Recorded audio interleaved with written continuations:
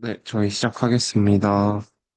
다들 와주셔서 감사하고, 오늘 30분도 안 걸릴 것 같아요. 되게 짧게 할 예정이어가지고, 네, 어쨌든 바로 시작해 보겠습니다.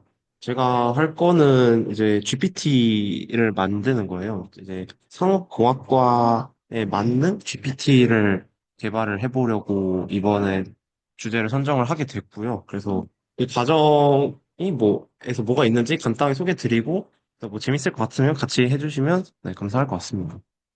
이거 같은 경우가 이제 아까 제가 잡담방에 올렸었는데 GPT한테 뭐 예를 들어서 사실 얘가 연세대학교 산업과학과 학생회장이 누군지 알 리가 없잖아요. 하지만 우리가 어떤 특정 방법으로 어떻게 잘 데이터셋을 학습을 시키면 그 물어봤을 때 이런 식으로 산업공학과에 대한 정보를 이제 받을 수 있는 거죠. GPT한테. 이거를 그냥 단순히 그냥 데이터셋 넣어서 하면 끝인 거 아니냐 이렇게 생각할 수 있지만 생각보다 그게 그렇지 않아요. 이게 좀 많은 복잡한 과정이 있기 때문에 그리고 또 재밌기 때문에 네, 어쨌든 이렇게 해보겠습니다. 참고사항인데 그 딥러닝과 응용이라고 2학기 때 개설되는 과목이 있는데 사실 이게 아예 기초 지식이 데이터 분석조차 모르는 사람이 들어도 괜찮게끔 교수님께서 만드셨어요. 그러니까 중간고사까지 엄청 기초를 가지고 막 이런 수업이라서 뭐 이게 너무 꿀강인데 3, 4학년 때는 못 잡을 수도 있어요. 마일리지를 맥스로 박아도. 근데 2학년 때 약간 그나마 조금 경쟁률이 괜찮으니까 저는 2학년 때 그래서 들었거든요. 그래서 나쁘지 않을 것 같다. 2학기 때 한번 들어보시라 얘기하면서 관련이 있습니다. 오늘 하는 거는. 일단 LLM이 뭔지 소개를 드리려고 하는데 LLM은 이제 라지 랭귀지 모델의 약자죠. 그래서 쉽게 말해서 GPT라고 보시면 됩니다. 챗 GPT 가장 많이 아는 LLM이죠. 챗 GPT 이런 거는 뭐 들어본 분들도 있고 안 들어본 사람도 있을 것 같은데 뭐 제미나이 구글에서 만든 거, 코파일럿 마이크로소프트에서 만든 거, 라마라고 이제 메타에서 만든 게 있습니다. 다양한 게 있고 뭐, 우리 다양한 작업에서 사용하죠. 뭐, 번역대 하지, 뭐, 아니면 문법 교정, 질문, 아니면 뭐, 요약, 이런 거에도 다양하게 사용하고 있고요. 데이터셋 같은 경우에는 기본적으로 그냥, 사실 레딧이라고 알지 모르겠는데, 약간 미국판 네이버인데, 그런 데서 약간 데이터셋을 많이 긁어서 사용을 해요. 네, 뭐, 저희 같은 경우에는 조금 다른 데이터셋을 사용을 해야 될 것 같고요. 어쨌든 그렇다. 네. 그래서 트랜스포머를 일단 기본적으로 일단 하는데 트랜스포머가 뭔지 잘 모르시죠? 그렇죠?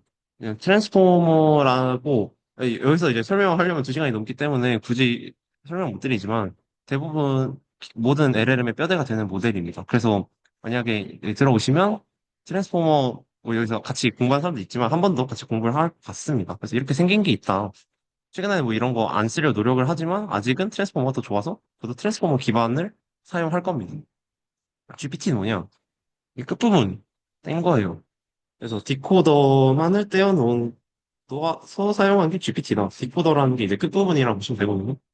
그래서 여기 보시면 트랜스포머라는 글자가 있죠. T. 프리트레인드 이제 이따 설명드릴 거고 제너레이티브가 이제 생성하다라는 의미죠. 그래서 뭐 어쨌든 그런 거다. 저도 될 것 같고 그럼 빠르게 이게 되게 중요해요. 이걸 알아야 이제 개발을 할 수 있기 때문에 최종적으로 GPT의 개발 역사가 어떻게 되냐. 1, 2, 3 이런 것도 들어보셨죠? 뭐 여러분 이제 유료 구독 대부분 하실 텐데 뭐 4까지 있잖아요. 그렇죠? 3까지는 사실 큰 변화 없이 그냥 모델을 복붙해서 늘려요. 이제 전문 용어로는 층을 더 쌓는다고 하는데 우리 막 여기 퍼셉트로 이렇게 쌓는 거 그렇게 생각하시면 됩니다. 데이터셋도 그냥 늘려요. 네, 그게 다예요. 잘 보시면 1에서 2는 약간 살짝 순서가 바뀌긴 했지만 어제 대부분 똑같고 2랑 3는 사실 변한 게 없어요. 근데 곱하기 12, 곱하기 48, 곱하기 96 그냥 곱하기만 때려본 거예요. 여러 개 더 쌓은 거지 막 뭘 변화를 준 게 없어요. 그래서 그렇고 뭐 토큰이라고 하면 이제 최대로 들어갈 수 있는 뭐 형태소의 개수라고 보시면 되는데 형태소의 개수 늘렸다는 게 반대로 생각하면 데이터셋을 늘린 거라고 봐도 되겠죠. 뭐 양도 많지만 하나 자체의 길이도 늘어난 거죠.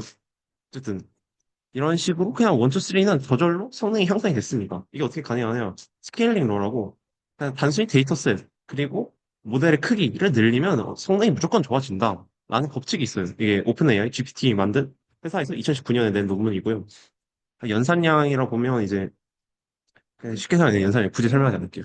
그리고 자세한 내용은 사실 이것만 하지 않고 조금 더 뭐 있긴 한데 옛날에 설명을 해서 드렸던 거라서 한번 찾아보시고 옛날 세션이 있으니까. 어쨌든 GPT-4가 됐을 때부터가 약간 이야기가 좀 많이 바뀝니다. 네. 여러분들 이거 다 유료하실 때 이거 많이 쓰시죠? 그쵸? 4, 5라 돼 있는 거. GPT-4를 갖다가 옵티마이즈 했다는 의미에서 5를 따서 GPT-4 오고 이것도 아마 하루에 80번 제한이 있어서 이거 다 쓰면 미니로 넘어가고 뭐 이렇게 되고 약간 조금 이런 것도 써보신 분 있을 수도 있어요. 오1 수학이나 코딩에 강하고 오3도 수학 코딩에 강하고 근데 이런 모델들은 단순히 모델을 아까 저 곱하기 96이 3였는데 갑자기 뭐 곱하기 뭐 200, 300 이렇게 하고 데이터셋을 늘린다고 해서 성능이 향상되지 않았대요. 그러니까 스케일링 로의 한계에 봉착한 거죠. 더 이상 이제 성능이 안 좋아진 거야. 아무리 더 늘려도. 그럼 어떻게 하냐? 그래서 어떻게 이거 4를 어떻게 만들었냐? 그 얘기를 하는 건데, 그래서 뭐 instruction tuning 그리고 뭐 reinforcement learning from human feedback이라는 두 가지 기법이 등장을 했습니다. 이건 뭔지 여기서는 자세하게 설명 안 드리겠지만 아주 혁신적인 방법으로 GPT-4가 그렇게 생겼어요. GPT-4 나온 지 얼마 안 됐잖아요. 그쵸? 배격상 제가 2학번이었을 때 나왔으니까 한 3년 전? 얼마 안 됐죠. 그래서 어쨌든 이런 방법이 갑자기 엄청난 혁신을 가져왔다. 그걸 설명드리기 전에 일단 사전학습. 네, 많이 들어보신 용어로 프리트레인드라 하죠. 프리트레인드라는 걸 설명드리려 하는데 말 그대로 사전 미리 학습하는 겁니다. 그러니까 학습 순서라고 보시면 돼요. 그러니까 프리트레이닝이라는 방법으로 첫 번째 학습을 진행하고 파인 튜닝이라는 방법으로 두 번째 학습을 진행해요. 1단계 학습 방법, 2단계 학습 방법 이렇게 생각하시면 되고요. 1단계 학습할 때는 이제 비지도 학습, 뭐 unsupervised learning, 정답지가 없는 데이터셋을 학습을 합니다. 이게 무슨 얘기냐? 어떤 그냥 문장 자체를 학습 데이터로 넣어요. 뭐 나는 연세대학교 산업공학과 학생이다. 이런 문장이 있으면 이제 다음 단어 예측하는 거죠. 나는 그냥 단어가 튀어나왔으면 이제 뭐 연세대학교라는 단어가 다음 나와야 되고 그다음에 산업공학과라는 단어가 나와야 되고 학생이다라는 단어가 이렇게 순서대로 나와야 될 거 아니에요. 바로 다음 단어를 그냥 예측하는 방식으로 학습을 그렇게 하는 거예요. 그러면서 이제 그 문장을 학습을 하게 되는 거죠. 이게 정답지가 없다는 게, 그러니까 예를 들어서 뭐, 이거는 불량, 이거는 뭐 정상, 이렇게 공장 같은 거는 이렇게 좀 라벨링? 그러니까 정답지가 있어야 되거든요. 근데 얘는 그냥 문장만 넣으면 되지? 막 정답, 오답, 뭐 이런 개념이 없잖아요. 그럼 문장 넣고 알아서 그 안에서 다음 단어를 예측을 하는 거니까 그런 방식으로 대규모로 학습을 합니다. 어떻게? 아까 말했듯이 레딧이라고 그 미국판 네이버 그냥 거기다 스크롤링해서 거기 있는 글 그냥 그런 식으로 해서 일단은 학습을 하는 거예요. 첫 번째 학습 방법은. 그 다음에 이제 정답지가 있는 데이터셋 이제 이걸 지도 학습, 슈퍼바이스 러닝을 하는데 이걸로 조금 더 약하게 약간 추가 수정 작업을 해줍니다. 대표적으로 이제 아까 계속 정답자가 있다는 셋이 얘기가 뭐냐 이런 데이터셋을 넣는다는 거예요. 정병도는 누구야? 라는 질문과 정병도는 연세대학교 산업과학과 학과장 교수야 라고 이렇게 정답이 있는 그 세트를 갖다가 넣는 거예요. 이건 정답자가 있는 거죠. 근데 아까 말했던 비지도 학습 방식은 그냥 단순히 하나만 넣고 안에서 그냥 다음 단어 예측하는 거니까 정답자 없는 거고 이런 식으로 학습을 하게 됩니다. 우리도 이렇게 하게 될 거예요. 단순히 이렇게 데이터셋을 넣는 게 아니고 뭔가 비지도 학습 방식으로 제가 생각한 거는 이제 연세대학교 산업과학과 우리 사이트가 있어요. 최근에 리뉴얼이 또 됐는데 어쨌든 거기에서 그냥 있는 글을 갖다가 일단 다음 단어 예측하는 방식으로 일단 학습을 시키는 거죠. 그렇게 할 수 있겠죠? 하고 이제 좀 이런 건 노가다로 저희가 직접 만들어야 되니까 시간이 별로 없잖아요. 그래서 이걸 조금만 이렇게 넣어서 하는 방식으로 생각을 하고 있습니다. 좀 그렇고요. RLHF 아까 말씀드린 Reinforcement Learning from Human Feedback 이건 인간의 선호를 잘 반영하도록 하는 학습 기법입니다. 그래서 Human Feedback 이런 단어가 핵심인데 그 전에 강학습부터 뭔지 보면 강학습이 되게 말이 거창하게 느껴지지만 정말 간단해요. 그냥 어떤 행동에 대해서 보상, 처벌을 부여하는 방송 학습을 하는 거예요. 예를 들어서 뭐 개 있잖아요. 댕댕이한테 사실 길 가다가 똥 싸면 안 되잖아요. 걔가 이상한 데다. 그럼 이제 막 근데 한번 처음에는 걔가 아무것도 모르니까 길 가다가 그냥 아무 데나 똥 쌀 수 있잖아. 그럼 어떻게 했어? 근데 때려야 되나? 어쨌든 좀 이렇게 처벌을 줘야겠죠. 그러면 이제 다음부터 안 하겠지. 그러는데 예를 들어서 똥을 이제 잘 쌌어. 싸야 되는데 그러면 이제 칭찬을 또 해주면 아 내가 잘하고 있구나 이렇게 느끼겠죠. 이런 식으로 그냥 보상 혹은 처벌을 이제 좀 더러운 예시를 들었지만 걔가 아니고 이제 이런 GPT한테 주는 거죠. GPT도 처음 학습을 할 때는 답변을 여러 개 내도록 해요. 이런 식으로. 이런 화면 봤을 것 같은데? 둘 중 어느 답변이 더 좋으세요? 이런 것도 하나의 그 일환이거든요. GPT가 답변을 여러 개 내고, 답변을 여러 개 출력했을 때, 원래는 이제 점수를 매겨야 돼요. 원래 강화학습은. 근데 GPT 같은 경우는 점수를 매기진 않고요. 상대평가해요. 1등, 2등, 3등, 4등. 이렇게 해야 조금 더 속도가 빨라져서 점수 매기는 건 좀 더 좀 시간이 오래 걸려서 어쨌든 그렇다고 합니다. 그래서 이런 식으로 하는데 그런데 초기에는 그래도 인간이 직접 평가에 관여해야 돼요. 그러니까 답변 두 개 나왔을 때 너 1등, 너 2등, 너 3등 이렇게 매겨야 된다는 거죠. 뭐 GPT가 뭐 써봐서 알겠지만 다재다능하잖아요. 그러니까 여러 개의 전문가를 그 모아놓은 거잖아요. 그러니까 이제 처음에는 전문 지식, 뭐 의학 지식이라든가 법률 지식 이런 것도 어쨌든 학습을 시켰겠죠. 근데 그거는 사실 우리 일반적인 그냥 아무 인간이 평가할 수 없잖아요. 이게 1등, 2등, 3등이나 전문가가 평가를 해야겠죠. 그렇기 때문에 갖다 불러서 좀 해주세요. 이렇게 처음 했을 거예요. 그 GPT 만든 그 AI가. 그래서 비용이 초기에 엄청나게 많이 들어요. 이 방식 자체가. 근데 어쩔 수 없어요. 이렇게 해야 GPT 성능이 좋아지. 그런데 일정 정도 이상부터는 이제 얘네가 여기서 이제 대충 전문가가 이렇게 기준으로 1등, 2등, 3등을 매기는구나를 이제 학습을 하는 거죠. 다른 어떤 모델을 통해서 이제 그 언어 모델이라고 보시면 됩니다. 그래서 그 언어 모델이 일정 정도 이상부터 또 자동으로 수준을 매겨줍니다. 초기에는 그래서 엄청난 비용이 많이 들어요. 뭐 이따 얘기하겠지만 딥시크 아시죠? 딥시크. 여기 중국 사람 없겠죠? 제가 중국 한번 욕을 좀 할 것 같은데 딥시크가 이거예요. 그 초기에 데이터셋 자체를 그 중국 정부의 개인 정보를 갖다가 이렇게 갑자기 얘기를 왜 하고 있지? 잠깐 안 할게요. 네, 넘어가 있습니다. 네, 이따가 얘기하겠습니다. 어쨌든. 근데 막 이제 또 요새 엔비디아가 막 엄청 대세라고 막 그러잖아요. 왜 엔비디아 하냐? 이게 이제 그래픽 처리 장치, GPU라는 것 때문이거든요. 이것도 이제 좀 공부 많이 해보신 분들은 GPU가 얼마나 중요한지 아실 텐데, 굳이 이렇게, 굳이가 아니죠. 아주 훌륭한 비유죠. 이렇게 비유를 들어요. CPU는 정말 똑똑한 박사 한 명, 한 명이 중요한 거고, GPU는 좀 이제 덜 떨어진, 약간 좀, 그러니까 박사보다는 덜 떨어진 초등학생 6만 명이 있는 거다. 병렬적으로. 이렇게 비유를 하거든요. 근데 GPT 같은 건 이제 딥러닝 모델이에요. 딥러닝 모델이라는 건 이제 좀, 이거 설명하지 않을게요. 어쨌든 좀 어려운 모델들은 생각보다 되게 단순해요, 학습 과정이. 사칭 연산을 100만 번 이상, 100만 번도 아니겠지만 더 많겠지만, 100만 번 이상 수행하는 방식으로 학습을 합니다. 그냥 진짜 단순히 2 곱하기 3.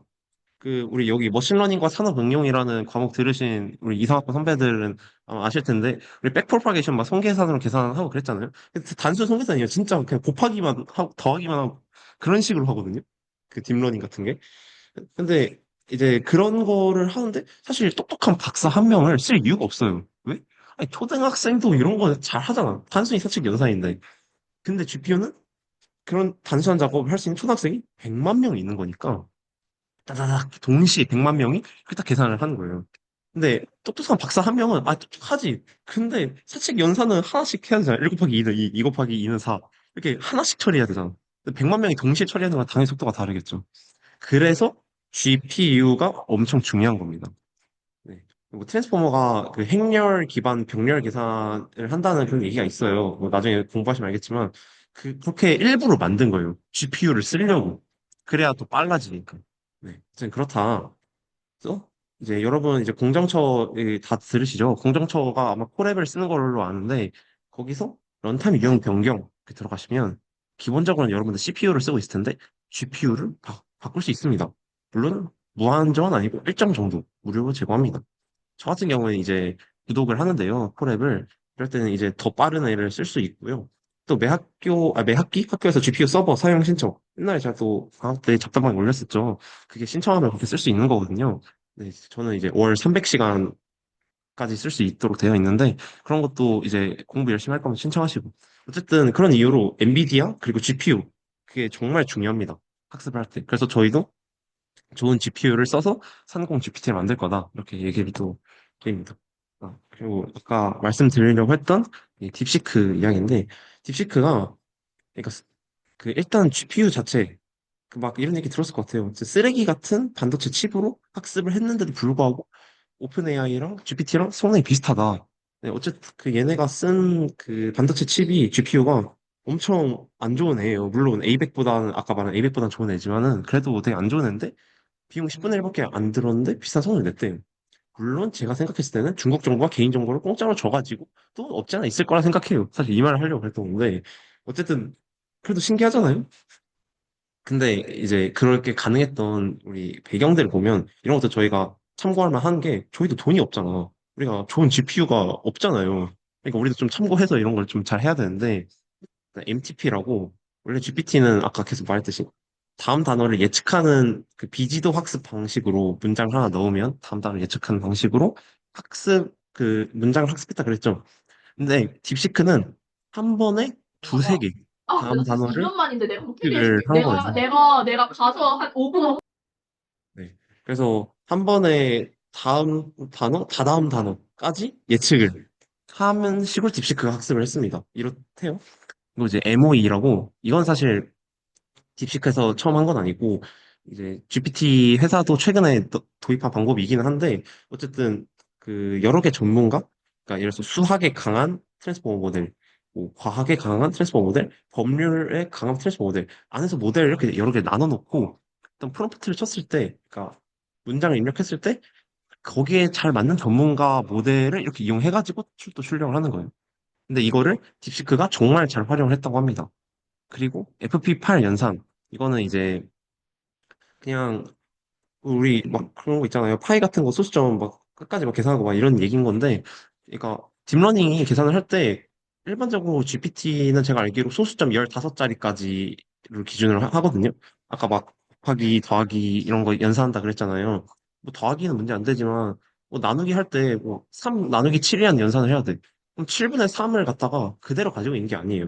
소수점 15자리까지 계산을 하고 아래 자르고 그 상태에서 계속 이렇게 소수점 계산을 하는 구조거든요.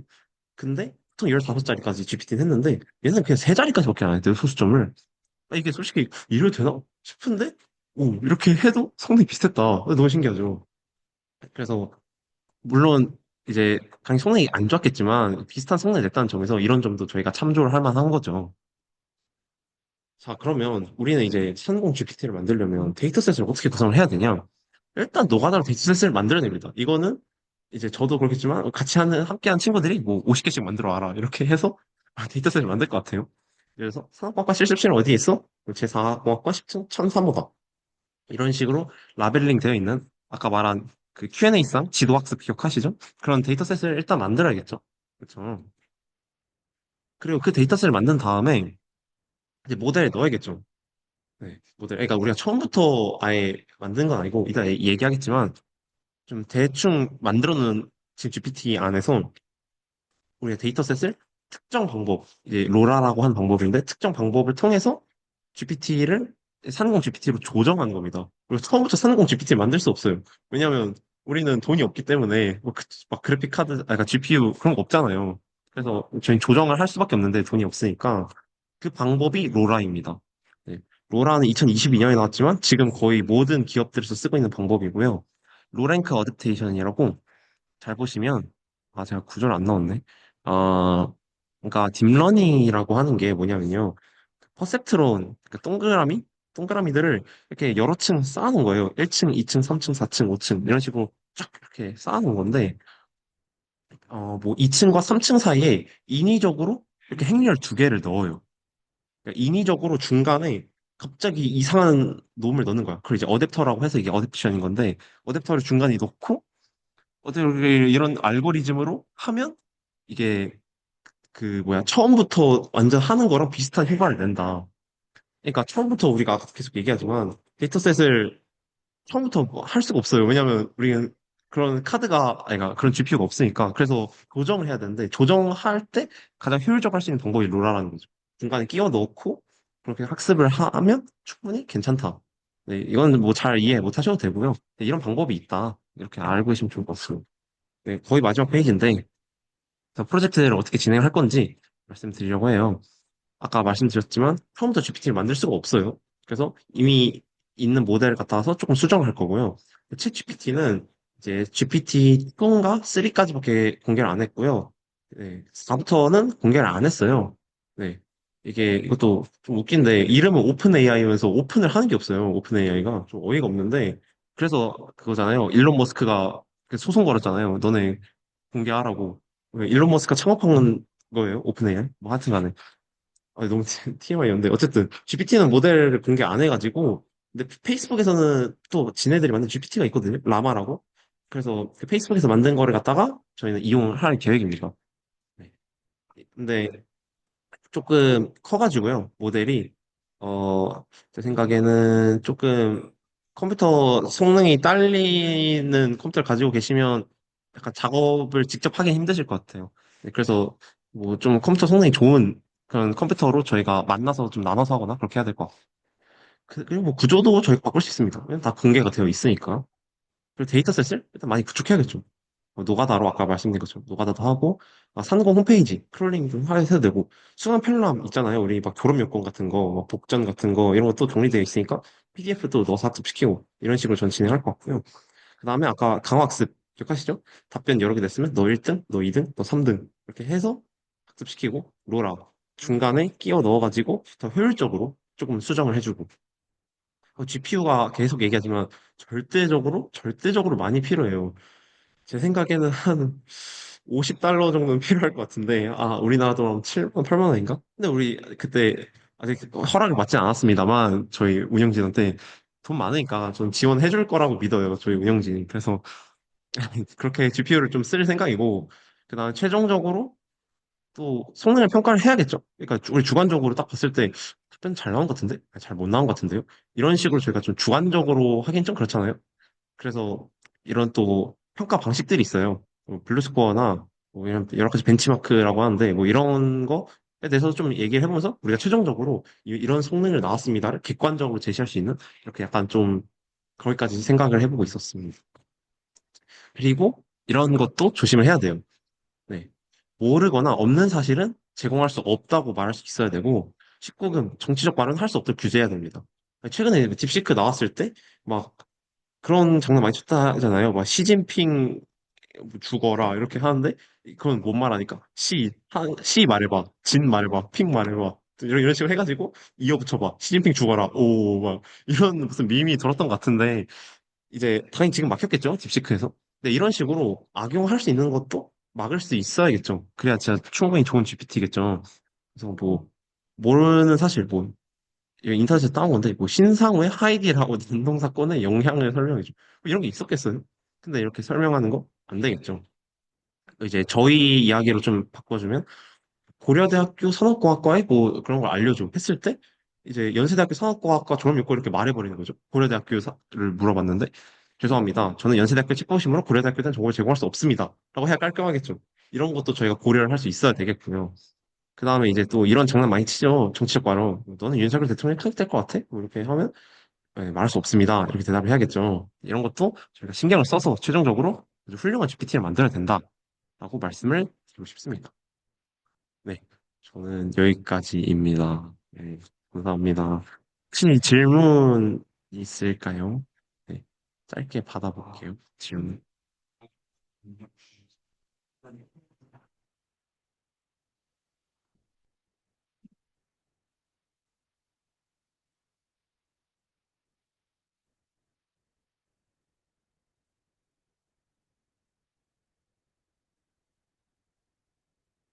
32분까지만 기다리겠습니다.